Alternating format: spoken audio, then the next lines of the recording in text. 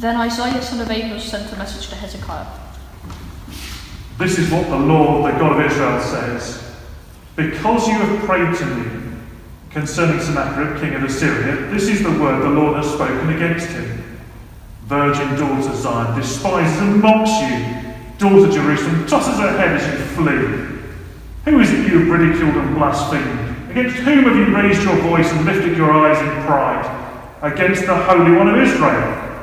By your messengers you have ridiculed the Lord, and you have said, with my many chariots I have ascended the heights of the mountains, the utmost heights of Lebanon. I have cut down its tallest cedars, the choicest of its junipers. I have reached its remotest heights, the finest of its forests. I have dug wells in foreign lands and drunk the water there. With the soles of my feet I have dried up the streams of Egypt.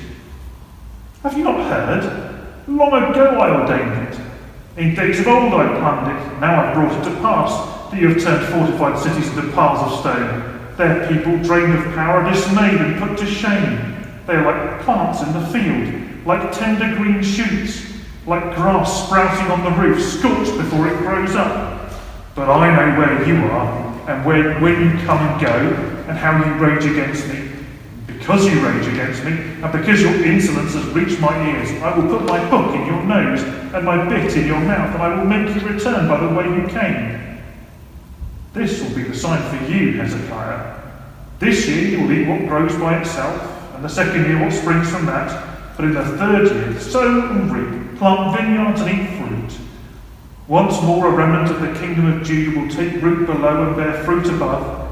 For out of Jerusalem will come a remnant, and out of Mount Zion a band of survivors. The zeal of the Lord Almighty will accomplish this. Therefore, this is what the Lord says concerning the king of Assyria. He will not enter this city or shoot an arrow here. He will not come before it with shield or build a siege ramp against it. By the way that he came, he will return. He will not enter this city, declares the Lord. I will defend this city and save it, for my sake and for the sake of David my servant.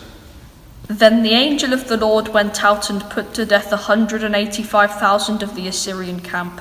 When the people got up the next morning, there were all the dead bodies. So Sennacherib, king of Assyria, broke the camp and withdrew. He returned to Nineveh and stayed there.